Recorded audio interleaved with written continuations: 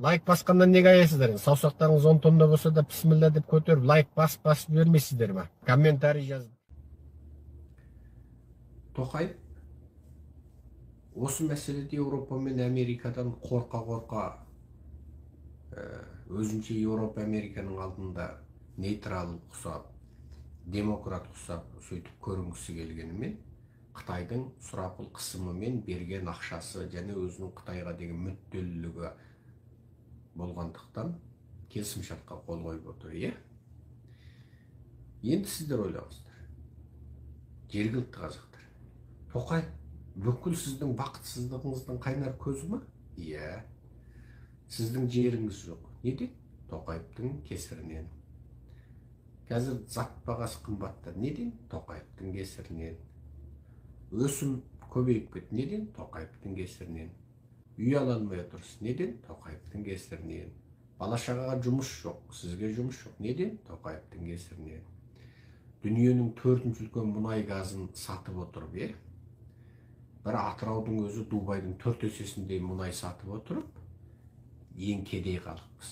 Ал Дубайдың халқы жатып әшейін ай сайын өкіметтен 50 мың доллардан алып отыр. Ай сайын бір отбасы 50 мың доллар алады өкіметтен.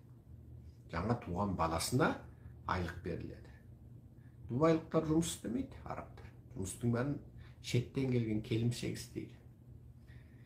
Ал енді осыдан барып ойлаңыздар. Сіздің бүкіл бақытсыздығыңыздың қайнар көзі Тоқаев. Енді сіз Тоқаевты жек көресіз, құлатқыңыз келеді. Ал құлатқыңыз келсе, ендеше мына орай. Қандай орай? Ойбай, Тоқаев айтты, Тоқаев битті. Дегенмен Тоқаев құламайды. Тоқаевты құлататын орай осы кез. Қандай орай? Бұл Қытай қазір батыстың кәріне ілініп тұр. Қытайды олар экономикалық санкциялар арқылы, құрсаулар арқылы тұншықтырып, өз майына өзін қуырып, бүкіл экономикасын тұралатып, бүкіл арзан тауарын алмай, зауыттарын қаңыратып, бүкіл шетелдің өндіріс орындарын көшіріп алып кетіп, Қытайда жұмыссыздықты арттырып, Қытайдың халқы жан баға алмай қалғанда көшеге шығады. Олар осыны жоспарлап жатыр. Оның бәрі басқыш бойынша іске асып жатыр. Және Қытайдың кеңірдегінен батыс немен қысып отыр? Геноцид тақырыбымен қысып отыр. Тибетке жасаған геноцид, христиан қытайларға жасаған геноцид, моңғолдарға жасаған геноцид, енді ұйғырлар мен қазақтарға жасаған геноцид. Ал осы геноцид тақырыбын әлемге кім ашты? Тибет ашалды ма? Жоқ. Христиан қытайлар ашалды ма? Жоқ. Моңғолдар ашалды ма? Жоқ. Демократтар ашалды ма? Жоқ. Жүйелі түрде Қытайдың геноцидін әлемге әшкерелеген кім? Қазақтар. Қай қазақтар? Қазақстан азаматтары болған Қытайдан көшіп келген қазақтар. 10 мың видео арызды әлемге жариялады. Осы видео арыздар, атажұрт жинаған осы видео арыздар бүкіл дүние жүзіне жетті. Енді Қытай ақтала алмай қалды.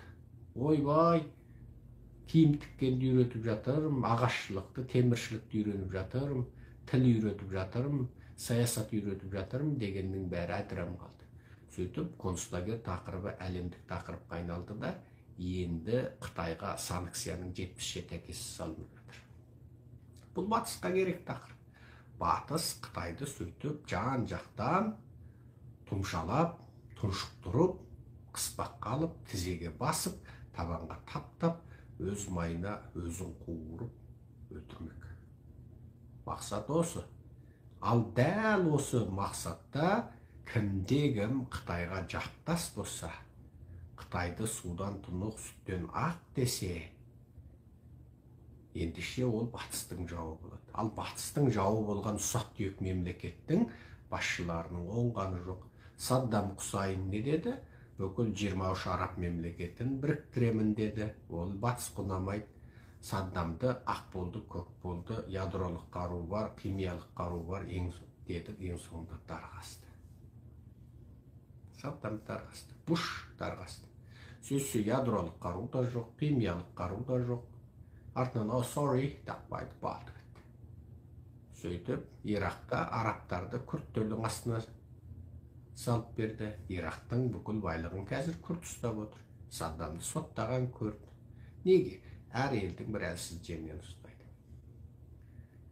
Каддафи. Ол бүкіл мұнайлы елдердің басын қосам деді. Бүкіл арабтың басын қосам деді. Батыспен ұстасты. Доллармен ақша айырбастамаймыз. Мұнайдың өз ақшасы болу керек деді. Өлтірді. Мәне, ал сол оңған бар ма? Жоқ. Батыспен ұстасқан елдің оңғаны жоқ. Демек, батыспен ұстасқан ірі елдерге батыс тіке ұрыс аша алмағанымен экономикалық саяси құрсаулау қарекетін жүргізеді, ал батыспен тіке ұстасқан ұсақ түйек елді бірден төбесінен ұрады. Яғни Тоқаевтың төбесінен батыстың тоқпағы тиетін орай осы кез. Тоқаевтың тура қақ шекесінен ұратын кез. Ол не? Қытаймен келісімшарт. Қытай әлгіндегі өзінің геноцидін әшкерелеген 500 мың қазақты Қытайға қайтармақ.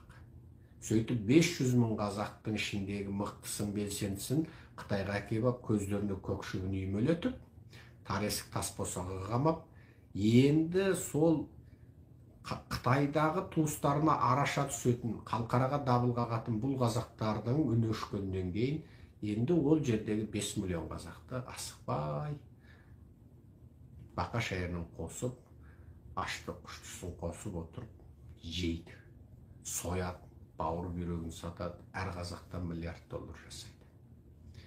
Сосын Қазақстанда қазақ, жергілікті қазақ, жаңағы тұрғылықты қазақ, ойбай менің құдам еді, анауым еді, менің нағашым еді, жиенім еді, біздің қызды сол Қытайдан келген қазақтың ұлы алып еді. Енді сен шықсаң қайтеді, сен енді қайтесің, құдаң үшін шығасың, не? Біреуін қызыңды бердің, біреуін қызын алдың. Енді сен шыққан кезде жаңағы қылмыскерлерді өзара алысу деген баппен бас салып сенің де көзіңді құртады. Сен ендігәрі тәуелсіз елдің азаматы емес. Сені қалай соттауды Қытай шешеді. Сені алдыруды Қытай шешеді. Сен сотталсам да қазақ жерінде сотталайын деген сөзді айта алмайтын болды. Тоқаев сатып отыр. Яғни соттау құқын беріп тастады. Енді осы кезде сен көтерілсең, көшеге шықсаң, көп емес, жалғыз адамдық пикет. Тоқаевтың Қытаймен отырған теңсіз келісім шарттарына қарсымын, бітті. Немесе биліктің Қытаймен отырған теңсіз келісім шарттарына қарсымын, бітті. Осы бір сөзді айтты, көшеге шық. Сені қамайды 15 күнге. Сені қамайды, бірақ сен одан зиян шекпейсің. Сен медиаға шығасың, ақпаратқа шығасың, сені 15 күн қамағандығы туралы құжатты аласың. Ал сен ертең батыстың қолдауын